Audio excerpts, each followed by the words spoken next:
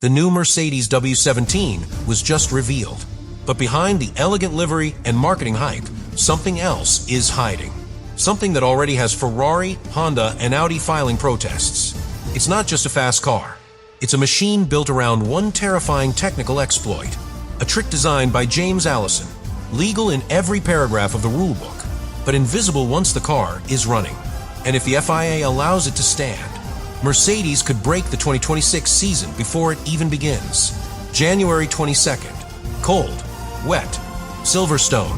Mercedes rolls the W17 out of the garage, quietly, without ceremony. No lights, no big stage. Just a car. Already built. Already running. Already ahead of schedule. The team keeps the messaging simple. Russell and Antonelli do the laps. Shakedown only, they say, just to gather systems data. But that's not what has rival teams watching from a distance. What matters isn't what they're showing. It's what they're not saying. The car itself looks tight. Not radical. Not risky. Just finished. The side pods are narrower. The rear end looks lighter. There's a new cooling layout, low-slung, dense, compact. It doesn't scream revolution, but it's hiding something. Every major 2026 launch so far has been digital. Renderings, concepts, safe, controlled reveals. But Mercedes, they put the real thing on track, covered the critical zones in black, let the cameras roll, and said nothing. And just hours later, behind closed doors, the first protests were made. Ferrari engineers flagged something in the engine design. Honda submitted questions to the FIA. And Audi requested clarification on the exact way compression ratios are being measured under the new regulations. Because somewhere inside this quiet, confident car, James Allison has introduced a design element that could change everything. And the most unsettling part? No one outside Mercedes really understands it yet. At the center of this controversy is something deceptively simple. Compression. Under the new 2026 rules, every engine is limited to a 16:1 compression ratio. A hard cap meant to preserve the balance between internal combustion and electric power. Too much pressure, and you risk detonation. Too little, and you fall behind. The FIA's procedure is clear. Compression is measured at ambient temperature, engine off, using a cold volume test that's been standard for years. But here's the problem. Formula One engines don't race at ambient temperature, and James Allison knows that. What Mercedes has allegedly done, according to sources close to the FIA, is use heat to change the engine's behavior after the test. They've engineered a system where, as the engine heats up, specific components inside the combustion chamber expand in a very controlled way. Not randomly, not dangerously, deliberately. When the engine is off, it passes every check. But when it's running at 1,000 degrees under full load, the geometry changes just enough to increase the effective compression. And that's the trick. You get a legal number on paper and a very different number on track. The result?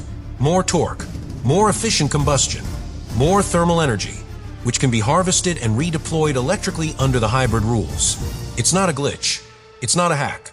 It's engineering so precise, so deeply embedded in the structure of the engine, that it can't be seen, only felt.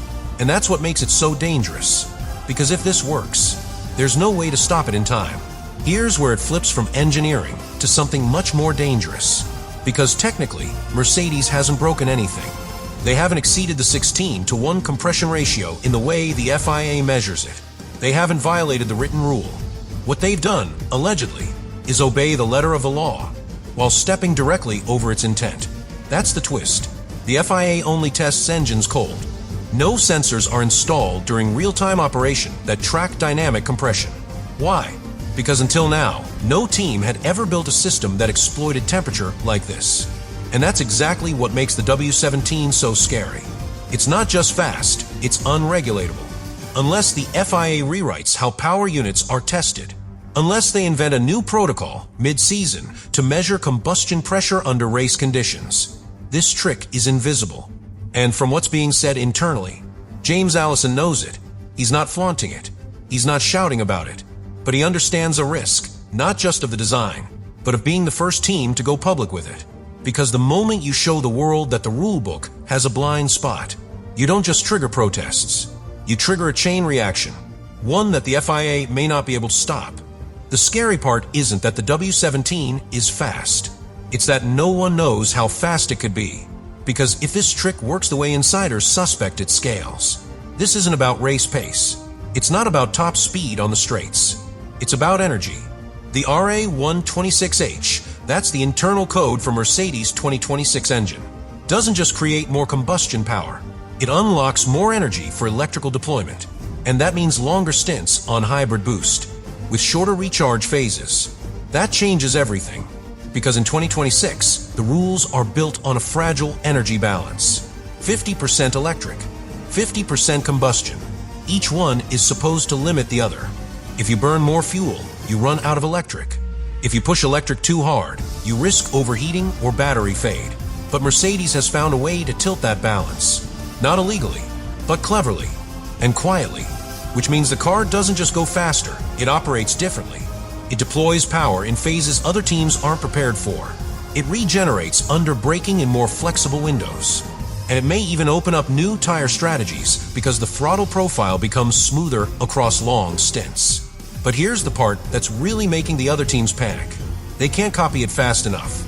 Even if Ferrari or Honda try to redesign their engine today, homologation locks them out. They can't submit a new combustion chamber mid-season. Not without the FIA declaring a force majeure, which, politically, would be chaos. So now the paddock isn't arguing about ethics. They're arguing about timing, and how Mercedes, with one small thermal exploit, may have just bought themselves the most valuable currency in Formula One. Time. If this works, and there's every indication it already is, Mercedes doesn't just start the season with an advantage. They shape the season before it even begins. Because Formula One isn't won in March. It's won in the decisions teams make 6 months before Bahrain, and Mercedes made theirs early. This loophole, this thermal compression system, as it's being called in private circles, didn't appear overnight. It was planned, simulated, backed by Microsoft's Azure data platform, and run through months of predictive modeling. That's why the car looks simple on the outside, because all the complexity is hidden inside. But the consequences are visible already. Aston Martin, backed by Honda, is rerunning simulations. Ferrari is rumored to be holding emergency meetings with Shell. And Audi, they're now 2 months behind in combustion validation, with no time to redesign and no championship data to fall back on. Even Red Bull, the team that's dominated for years, isn't immune. Their 2026 engine, built entirely in-house through Red Bull powertrains, wasn't designed with this exploit in mind. And now they're playing catch-up before they've even started a race. But here's the part that hits deeper than engine maps or lap time. It's James Allison himself. Because this isn't just his trick, it's his comeback. He returned to the technical director role, knowing the 2026 reset was a one-shot opportunity. One chance to put Mercedes back at the top. And now, with this system locked in, with no legal way to block it mid-season, he might have just pulled off one of the most devastatingly effective plays in modern F1 history. And the rest of the grid? They're not chasing performance anymore. They're chasing a ghost. So what happens now? The FIA has a decision to make, but it's not a clean one. If they step in and try to close the loophole, they risk undermining their own process, admitting that the 2026 rules weren't tight enough. That one team, again, found the gap before anyone else. But if they do nothing, they set a precedent. They tell every team on the grid, thermal expansion is fair game. Combustion geometry is now a moving target. And legality, it depends on whether the car is hot or cold. And here's the problem no one's saying out loud. What if this isn't the only trick? Because if James Allison had the foresight to build this system into the engine months ago, before anyone else had even finalized their layout, then it's very possible the W17 has more buried inside it. Other systems, other edge cases, other moments where the wording of the rulebook doesn't quite match the reality of the car. This engine may not be the end of the controversy. It may be the opening move. Because when a team shows up this early, this prepared, this silent, it usually means one thing. They're not just trying to win. They're building something bigger, something long-term. And if Mercedes is allowed to keep running this way, then the real story of 2026 won't be about who wins the title. It'll be about whether anyone else ever had a chance.